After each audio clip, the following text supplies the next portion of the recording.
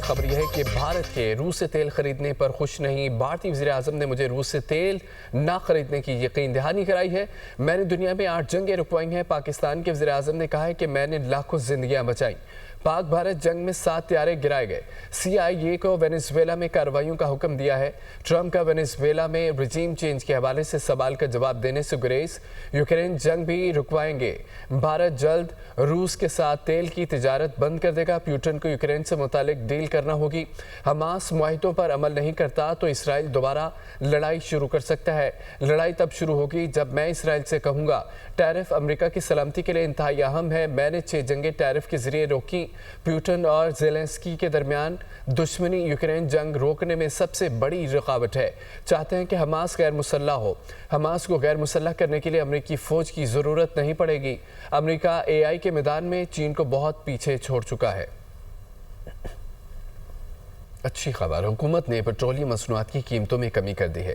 Petrol 5 روپے 66 پیسے فی لیٹر سستا، نئی قیمت 263 روپے 2 پیسے ہو گئی۔ ہائی سپیڈ ڈیزل کی قیمت میں 1 روپیہ 39 پیسے فی لیٹر کمی، ڈیزل 275 روپے 41 پیسے فی لیٹر ہو گیا۔ مٹی کا تیل 3 روپے 26 پیسے سستا، فی لیٹر قیمت 181 روپے 71 پیسے ہو گئی۔ لائٹ ڈیزل کی قیمت میں 2 روپے 74 پیسے کمی کی گئی، نئی قیمت 162 روپے 76 پیسے فی لیٹر ہو گئی۔ نئی قیمت کا اطلاق آئندہ 15 روز کے لیے ہو گیا ہے۔ عام خبر ہے، پیپلز پارٹی کا احتجاج رنگ لے آیا۔ پنجاب حکومت نے رات کے بلاول ہاؤس کے باہر سیکیورٹی اہلکار بھیج دیے۔ پیپلز پارٹی رہنماؤں کا کہنا ہے کہ پنجاب حکومت نے بلاول ہاؤس کو دوبارہ سیکیورٹی فراہم کر کے اچھا اقدام کیا ہے۔ بلاول ہاؤس لاہور کی سیکیورٹی واپس لیے جانے پر پیپلز پارٹی رہنماؤں نے احتجاج کیا تھا۔ پیپلز پارٹی کا احتجاج رنگ لے آیا۔ پنجاب حکومت نے رات کے بلاول ہاؤس کے باہر سیکیورٹی اہلکار بھیج دیے۔ بارڈر پر اشتعال انگیزی کے بعد پاک فوج کا منہ توڑ جواب۔ طالبان رجیم کی جنگ بندی کی درخواست پر باہمی رضامندی کے بعد بدھ کی شام 6 بجے سے آئندہ 48 گھنٹے کے لیے عارضی جنگ بندی کا فیصلہ کیا گیا ہے۔ اس سے قبل اشتعال انگیزی کرنے پر پاک فوج کے جوابی ایکشن میں طالبان فورسز کو مختلف مقامات پر بھاری جانی اور مالی نقصان اٹھانا پڑا۔ طالبان رجیم کی پاک افغان بارڈر پر اشتعال انگیزی، پاک فوج کے دندان شکن جواب پر جنگ بندی کی درخواستیں، باہمی رضامندی کے بعد 48 گھنٹوں کے لیے عارضی جنگ بندی پر اتفاق۔ وزارت خارجہ کا کہنا ہے کہ عارضی جنگ بندی بدھ کی شام 6 بجے سے آئندہ 48 گھنٹوں کے لیے ہوگی۔ طالبان رجیم کی درخواست پر فریقین کی باہمی رضامندی سے عارضی جنگ بندی کا فیصلہ کیا گیا۔ اس دوران دونوں اطراف پیچیدہ مسائل کے حل کے لیے تعمیری بات چیت کریں گے۔ اس سے قبل طالبان فورسز نے پاک افغان بارڈر کے مختلف علاقوں میں بدھ کو بھی بلا اشتعال فائرنگ کی۔ افغان طالبان نے چمن اور سپن بولدک سیکٹرز میں 4 مقامات پر بزدلانہ حملہ کیا۔ پاک فوج نے مؤثر انداز میں تمام حملے ناکام بنا دیے۔ جوابی کارروائی میں 15 سے 20 افغان طالبان ہلاک اور متعدد زخمی ہوئے۔ کرم سیکٹر میں بھی حملے کی کوشش کی گئی۔ پاک فوج کے جوابی ایکشن میں 8 افغان پوسٹوں اور 6 ٹینکوں کو تباہ کیا گیا۔ خارجی ملک نعیم کا ٹریننگ کیمپ بھی اڑا دیا گیا۔ محمد میں خوارج کی دراندازی کی کوشش ناکام بنا دی گئی۔ سیکیورٹی فورسز نے بروقت کارروائی کر کے 30 خوارج کو جہنم واصل کر دیا۔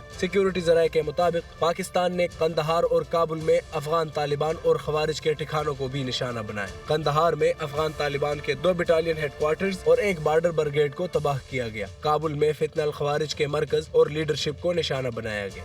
اشتعال انگیزی کے ساتھ طالبان ترجمان کا پاک فوج کے ٹینکوں پر قبضے کا جھوٹا دعویٰ بھی سامنے آیا، جو جھوٹا ثابت ہوا۔ طالبان ترجمان نے سوشل میڈیا پر پوسٹ شیئر کر کے تاثر دینے کی کوشش کی کہ T-55 ٹینک پاکستانی فوج سے چھینا گیا۔ سیکیورٹی ذرائع نے بتایا روسی ساختہ T-55 ٹینک حقیقت میں افغان طالبان کے زیر استعمال ہے۔ افغان طالبان کا چمن میں پاک افغان دوستی گیٹ تباہ کرنے کا دعویٰ بھی جھوٹا نکلا۔ طالبان نے اپنی طرف کا گیٹ تباہ کر کے اسے پاکستان کی جانب موجود حصہ ظاہر کرنے کی کوشش کی۔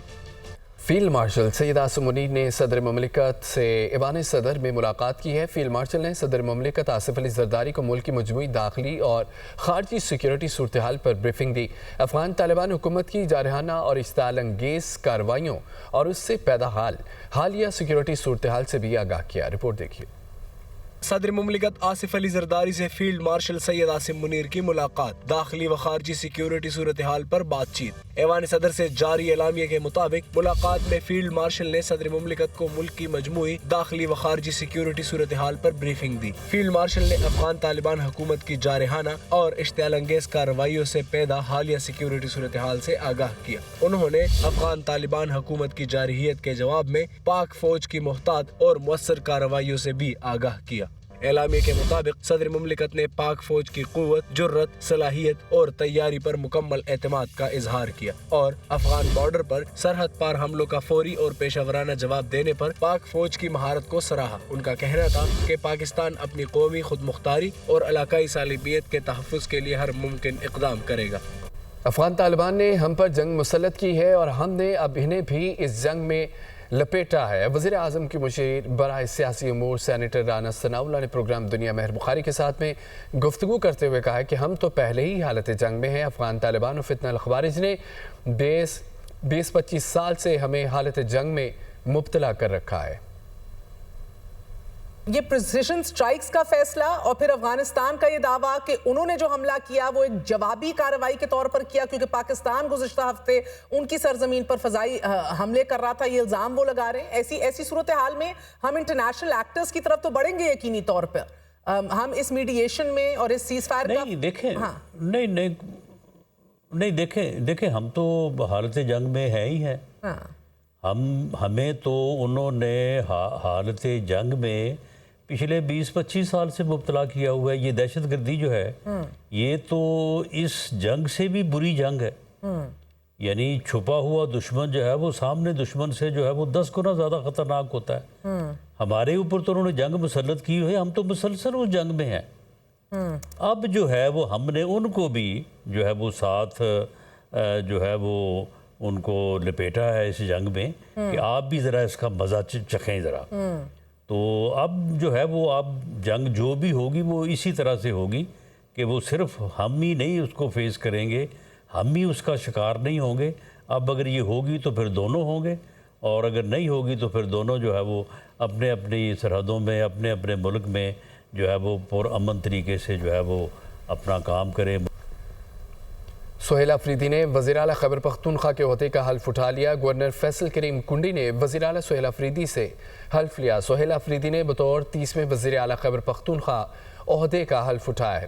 وزیر اعلیٰ سیکریٹریٹ پہنچنے پر عملے کی جانب سے پرتپاک استقبال کیا گیا۔ پولیس کے چاق چوبند دستے نے وزیر اعلیٰ کو گارڈ آف آنر پیش کیا۔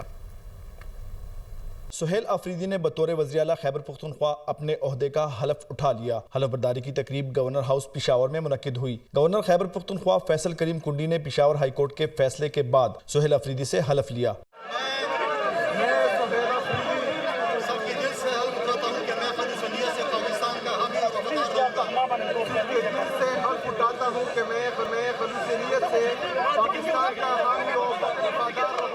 حلف برداری کی تقریب میں خیبر پختونخوا اسمبلی کے speaker, deputy speaker, Tehreek Insaf کی صوبائی قیادت، چیف سیکرٹری، آئی جی سمیت اعلیٰ سرکاری حکام نے شرکت کی۔ تقریب میں پی ٹی آئی کے کارکنوں نے وزیر اعلیٰ سہیل آفریدی کے حق میں نعرے بھی لگائے۔